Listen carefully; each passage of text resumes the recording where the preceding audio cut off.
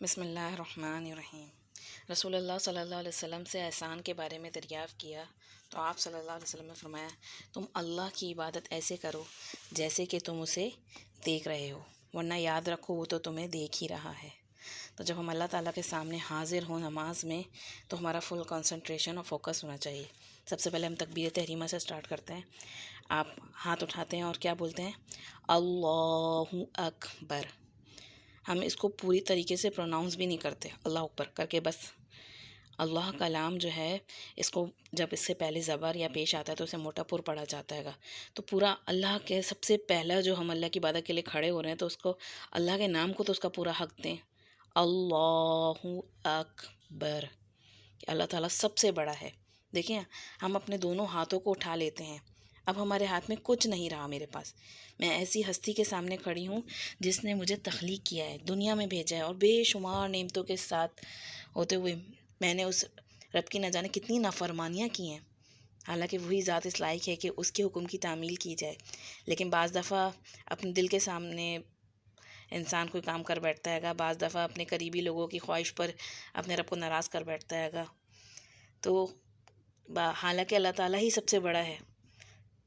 तो अब देखें, अल्लाह ताला के सामने अब आप खड़े हैं और अल्लाह ताला को आपके अंदर तक की हर कैफियत का इल्म हैगा। वो अंदर मेरे अगले पिछले तमाम ख़ताओं गुनाहों को जानता हैगा। और देखें, कभी जब आप कोई ऐसी कंडीशन आए, कोई डाकू आए और कहे आपसे हैंड्स अप, तो क्या होता है, हम डर के मारे सब कुछ छोड़कर हाथ ऊपर कर लेते हैं। और नमाज में हम अल्लाह की बड़ाई को तस्लीम करते हुए जब हाथ उठा रहे हैं तो अब सब दुनिया छोड़ दी मैंने यार अब, लेकिन क्या होता है, दिल में फिर भी वही दुनिया चली जा रही होती हैगी, क्योंकि हम एहसास के बग़ैर अल्लाह अकबर कहते हैंगे। अल्लाह अकबर कहते वक्त हमें एहसास ही नहीं होता कि हम कितनी बड़ी हस्ती के सामने अल्लाह अकबर कह रहे हैंगे कि या अल्लाह तू ही सबसे बड़ा है। ये पता मफ़हूम हदीस में आता हैगा कि अल्लाह ताला ने, आप सल्लल्लाहु अलैहि वसल्लम की हदीस है कि अल्लाह ताला ने तुम्हें नमाज का हुक्म दिया और नमाज में तुम दाएं बाएं ना देखो, क्योंकि अल्लाह रब्बुल आलमीन अपने बाबरकत चेहरे को नमाजी के चेहरे के सामने लाते हैं जैसे कि उसकी शान के लायक है। हमें इसकी पता नहीं, किस तरह हम तावील नहीं कर सकते, लेकिन ये होता है। लेकिन जब इंसान का दिल नमाज में किसी और तरफ मुतवज्जो होता है तो अल्लाह ताला भी तवज्जो हटा लेते हैं उसकी तरफ से। यानी देखो, वो सबसे बड़ा तमाम कायनात का रब हमारी तरफ मुतवज्जो हो रहा हैगा और हमारी तवज्जो किसी और तरफ है। आप खुद सोचें, जब हम किसी बड़े के सामने जा रहे होते हैंगे, हमारा कहीं इंटरव्यू होता हैगा, कहीं कोई ख़ास प्रोग्राम होता हैगा, हमारा दिल कैसा धड़क रहा होता है, कैसी फ़िक्र होती है, वो क्या होगा, मैं कैसे बोल पाऊँगी, कोई स्पीच देनी होती हैगी। और हम अल्लाह ताला के सामने जा रहे होते हैं, हमें कोई एहसास ही नहीं होता कि हम रब के सामने क्या प्रेजेंटेशन है मेरी, क्या प्रेजेंट कर रही हूँ मैं अपने आप को। तो अल्लाह ताला का ख़ास, जब अल्लाह ताला हमारी तरफ ख़ास तवज्जो फरमा रहे हैं तो हमें भी कोशिश करना चाहिए ना। आपको पता है, सूरतुल फातिहा तो हम जब नमाज में पढ़ते हैं तो अल्लाह ताला की एक आयत का रिप्लाई भी करते हैं। उसकी हदीस हम इंशाल्लाह सूरह फातिहा में पढ़ेंगे। लेकिन हकीकत यह है कि हमने वमा क़दरुल्लाह हक़्क़ क़द्री, हमने अपने रब की कदर ही नहीं जानी जैसा कि कदर करना चाहिए। तो हम अब शऊर के साथ बिल्कुल, एक तो नमाज की तैयारी वज़ू के साथ ही स्टार्ट हो जाती है कि आप वज़ू जब कर रहे हैंगे तो आपको एहसास होना चाहिए कि मैं कहाँ जा रही हूँ, मैं अल्लाह ताला के दरबार में पेश होने जा रही हूँ। और जहाँ मेन चीज़ ये है कि हमें पैदा ही अल्लाह ताला ने किस लिए किया, हमारा रब्बुल आलमीन ने हमारा एम बताया ज़िंदगी का कि मैंने तुम्हें अपनी इबादत के लिए पैदा किया। तो ये इबादत की पीक होती है कि नमाज मोमिन की महराज है, आँखों की ठंडक है नमाज। तो जो मकसद अल्लाह ने आपको दिया है, अगर ज़िंदगी में वही पूरा नहीं हो रहा तो फिर क्या बचा। हमने PhD कर ली, ढेरों इन्फॉर्मेशन हासिल कर ली, लेकिन हमें अपने रब के सामने पेश होना नहीं आता हैगा। तो इस एहसास के साथ कि, क्योंकि देखिए नमाज जो है ना, रब से मुलाकात की कैफियत अगर नहीं दे रही तो वो अपना एसेंस खो रही है, मिस हो रहा है उसमें, उसकी उसकी लज्जत और हलावत से हम महरूम हैं। तो जब रुकू की तस्बीह पढ़ेंगे हम, तो उस वक़्त भी अल्लाह ताला के सामने झुकते हुए बिल्कुल एहसास के साथ कि मैं सबसे बड़े खालिक कायनात के सामने झुक रही हूँ। सुब्हान रब्बियल अज़ीम। फिर वही एहसास कि हम जब ने सुबहाना पढ़ा था पहले भी हमने, कि अल्लाह ताला तू पाक है तमाम ऐब से, तमाम कमियों कोताहियों से और तमाम हर तरह की लिमिटेशन से।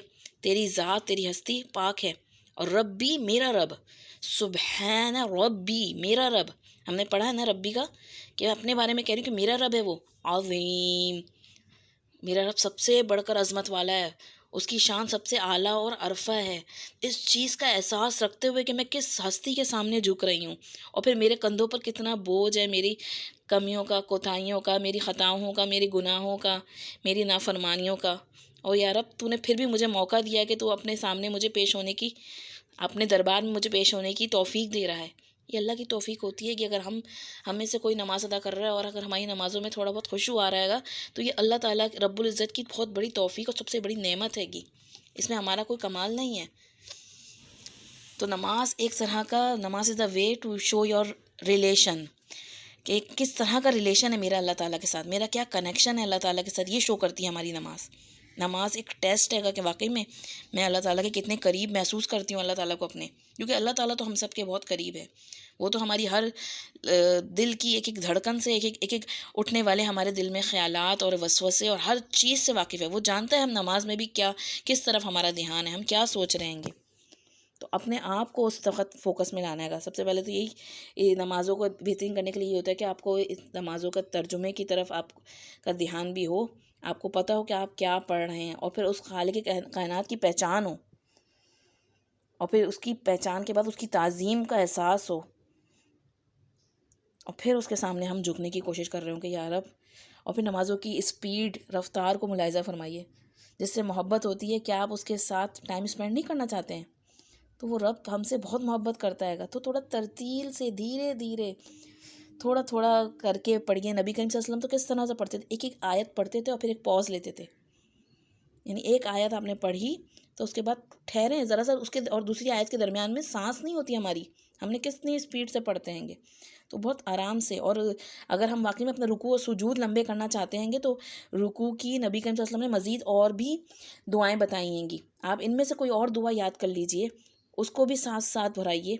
आप 3 दफ़ा सुबहान रब्बियल अज़ीम पढ़ते हैं तो उसको 3 से 5 मरतबा भी कर सकते हैं, 7 मरतबा भी कर सकते हैं। नहीं तो मज़ीद कोई और दुआएं जो हैं, या आप रसूल अल्लाह सल्लल्लाहु अलैहि वसल्लम जो सिखाई हैंगी, उनमें से एक एक करके आप याद कर लें, ताकि हमारी नमाज खूबसूरत हो जाए। मैं अपने रब के सामने जो मेरी प्रेजेंटेशन होती हैगी, उसके दरबार में कबूल हो जाए वो।